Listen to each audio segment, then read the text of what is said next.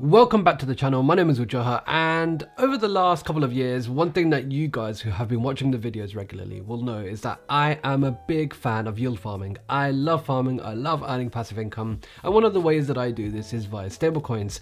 And for those of you who have been following my Twitter page and also follow me on Substack or read my Substack issues, you'll know that I do have a series where I talk about some of the farms of the month. And so what I thought today is I'll just cover some of the farms from last month and just kind of have a look and show you them on YouTube, because why not? So without further ado, if you're interested in this sort of stuff, let's get straight to it. I thought what we'll start off with is just talk about the 4 different farms that I included in last month's issue. So it shouldn't be too long of a video, but we're going to start off with Frax, and Frax do have this this platform where you can stake LPs and rewards. And one of the interesting kind of pools that they have is this Vesta Frax pool. Now, unfortunately, it might not seem like you understand really what's going on here, because to be fair, it is quite a complicated thing. So what we're going to do is we're going to go to Curve, if I can even spell it, and we are going to go to Arbitrum, if I can even get it to load. Arbitrum pools, and we should find this Vesta Frax pool. And you can see here that all you need to do is basically get some Vesta and get some Frax and deposit it in the pool. So if I had 1,000 Frax, I would be able to deposit this directly into the pool. So I can do that, and in return I will get some LP tokens. You can see here that this isn't really paying too much, you know, a small APY, but you know, nothing too crazy, and the pool doesn't have that much liquidity in it either. But you know, if you're someone who is keen on Vesta or keen on Frax, then you know, you might find this useful. Now, I'm not going to talk about the risks behind Vesta and Frax, because I'm sure some of you know it. If you don't, then read up about it, because they have lost peg before, and there are many risks involved with doing this as well. But ultimately, what you could do here is you can take those LP tokens and stake them here on Frax. So for example, if you had 1,000 LP tokens, you can stake them here for a period of time, however long you want in terms of days, and you can earn this APR.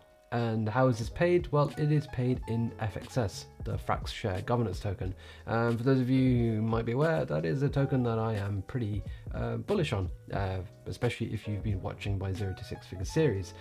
So all you need to do is do that. You'll see your position at the bottom, the amount, the actions, and you'll be able to collect your rewards. And you can see here currently we've got 0, but over time this will obviously increase. Yeah, that's just one of the strategies, and you can obviously earn a nice 20% a year on stablecoins. You know, we've seen 20% a year before. It's not a number that I like anymore, but yeah, it's just you know, a way for you to earn some yield. So if you're interested in this, then definitely go and check that out. Next, we're going to talk about Conic Finance, and Conic is a really interesting platform. I do have a video on Conic, so go and check that out. But essentially, Conic has these omni pools that allow users to deposit single assets, and what those single assets do is they go into a variety of different curve pools. So you kind of get exposure to a variety of curve pools. But Conic at the moment are offering their token in as a rewards for a lot of these pools, and you can see just the overviews here. USDC, DAI and Frax are all earning around 14%, which predominantly comes in the Conic token. As you can see, Conic APR 12.26%.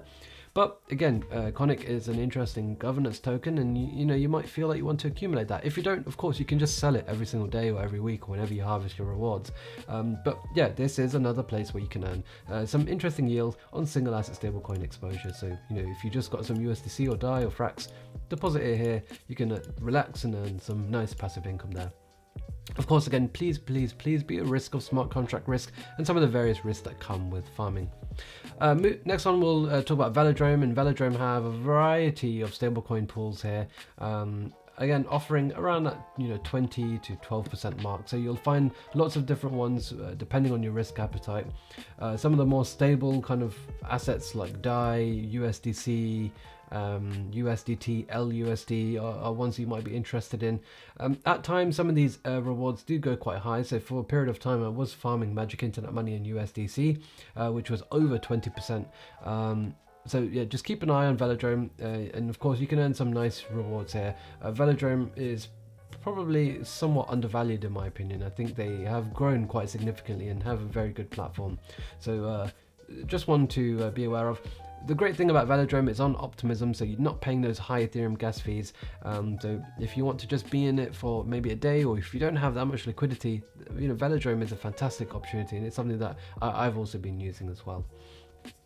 And the last one that we're going to talk about today is Gearbox. Now, Gearbox is a protocol that allows leverage lending, or leverage borrowing, I should say, and passive lending to go with that, which in my opinion is one of the safest lending options in DeFi because of the way that they work. And if you want to learn more about Gearbox, I do have a thread, so I'll try and leave that in the description below. That kind of explains how it works, why it's so safe and why it's so good.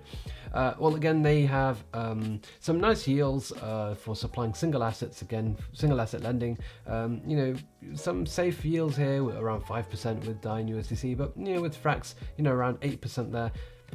Fairly decent yields for what, in terms of the risk reward here. I think that's pretty good. And yes, most of it is paid in the Gear token, but again, you could argue that the Gearbox or the Gear token is somewhat undervalued, especially with Gearbox V3 coming out pretty soon. So those are just the 4 different farms that we talked about. I talked about them in my issues and on Twitter last month. I'll probably make a video soon about the ones that we've talked about this month, and I've already tweeted about that, so make sure you follow me on Twitter. So yeah, let me know if you have any questions, let me know if anything in the video didn't make sense. Smash the like button, subscribe to the channel, and of course I'll be back with plenty more content in the near future.